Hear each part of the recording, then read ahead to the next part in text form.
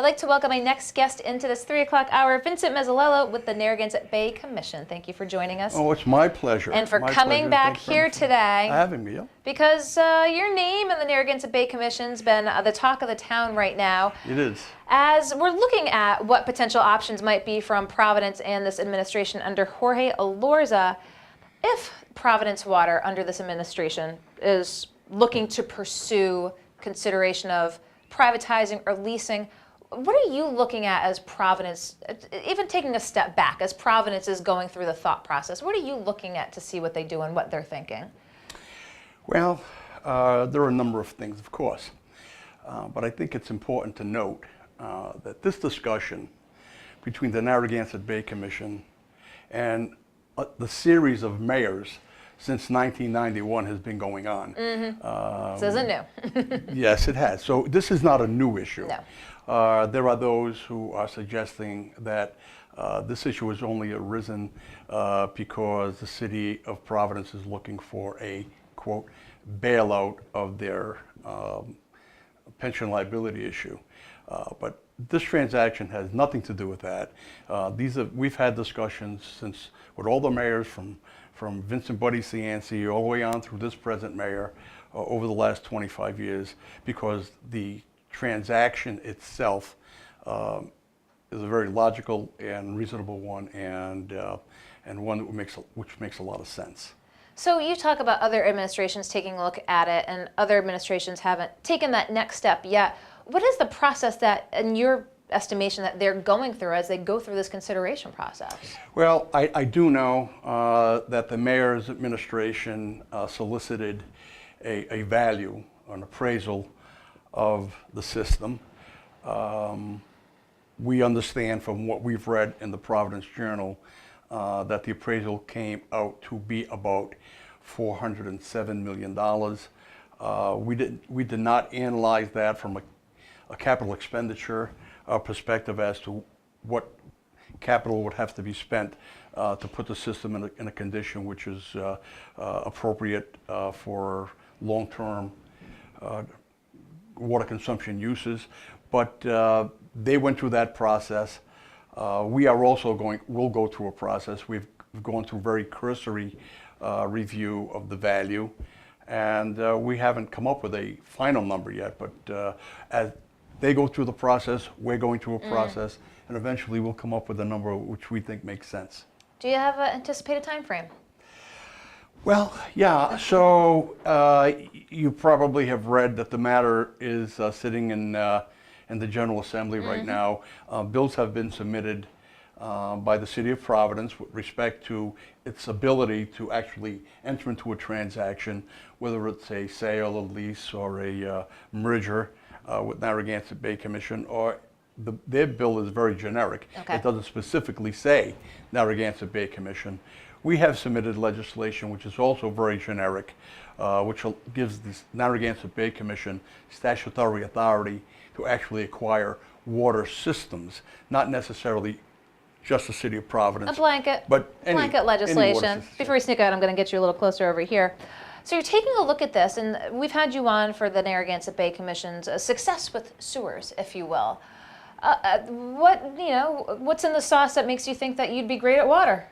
Well, two things. One is they're very similar in nature. So the water system takes water out of the reservoir or some aquifer.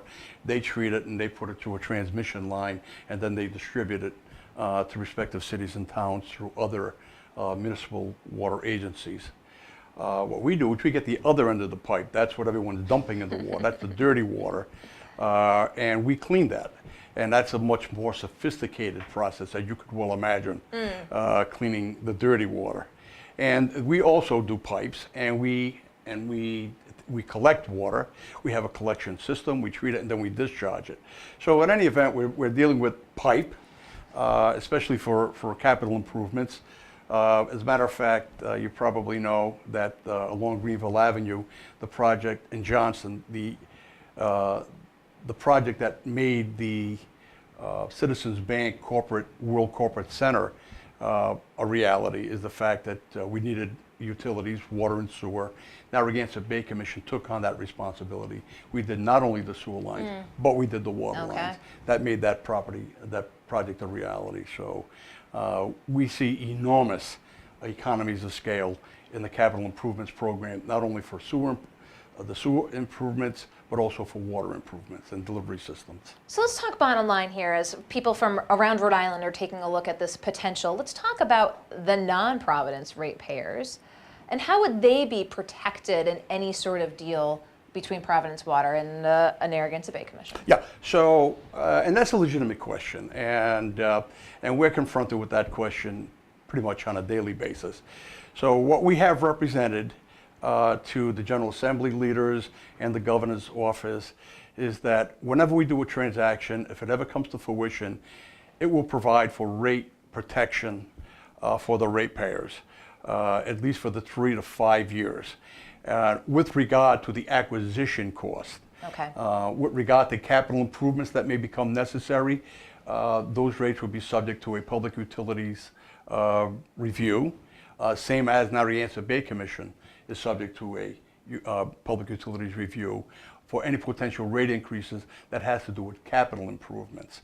I know there's a lot of discussion about this bill that's been submitted that takes purview away from the Public Utilities Commission, but it's only with regard to the acquisition portion of the bill, not on an ongoing basis. So we'll make guarantees to the ratepayers and all of the state leaders, the Senate President and the Speaker and Governor, that we'll protect the ratepayers to the extent that there will be no rate increases, except that which has been allowed by the PUC for at least 5 years. Well, do you expect, I mean, you've heard it, I'm sure, again, possibly that pushback from around the state saying after the 5 years, then what? Should this be a piece of legislation that someone, again, not in Providence should support? Well, again, I mean, the city of Providence can raise rates as well, subject to the Public Utilities Commission. We will maintain that same process. What we're saying is rates will not rise as a result of this transaction. Okay. That's the commitment that we make to the ratepayers. So keeping a close eye on the legislation up at the Assembly, I'm sure, is taking up a little bit of your time right now. We're busy. We're very busy. But what else is going on with the Narragansett Bay Commission? We'd like to bring you in here for updates every so often. What would you like viewers to know, apart from going up there and making the case for taking a look at this? Well, there were a couple of things. One, we went to a Senate hearing regarding the Narragansett Bay generic bill. And of course, the discussion really swayed over to Providence Water's bill and how the two are interacting. And so I would like everyone to know that all of the speakers, all of the people who testified in that bill were confident that Narragansett Bay Commission was the right merger partner, the right acquisition partner for Providence Water. Our history of accomplishments is unsurpassed. We have a pristine reputation. So all of the legislators are very comfortable with that. But when you look at the environmental advocacy community, from a policy perspective, they're very supportive of the transaction. They think that Narragansett Bay Commission, if we have achieved even any modicum of success that we have with a wastewater treatment program, it'll be a marvelous success. And the other thing I think we should make clear for your listeners and people who read your articles is that water rates and sewer rates will be kept completely separate. They will not be intermingled. They'll be essentially operating as separate entities under one management. Well, I appreciate your coming in here to break down a little bit as what's taking place from the legislative standpoint up at the State House, as again Providence looks to potentially sell, lease the Providence water supply. Do you have a sense of, is it sale or leaning lease? Well, I heard the president of the Providence City Council talk about his interest and a preference for lease. We have established an ad hoc subcommittee of the Narragansett Bay Commission, headed by our Commissioner Mario Carlino, who's a National Grid employee, has a long-standing history of dealing with merger issues.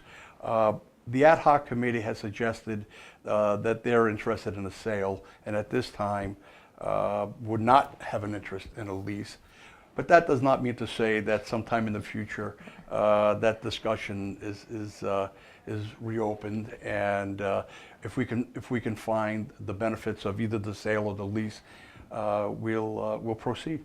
Well, again, appreciate being able to pick your brain here in the studio. Vincent Mesolella with the Narragansett Bay Commission. My pleasure. Thank you very much. Don't go anywhere. We'll be talking more water when we come back here to the Navigant Credit Union Broadcast Center.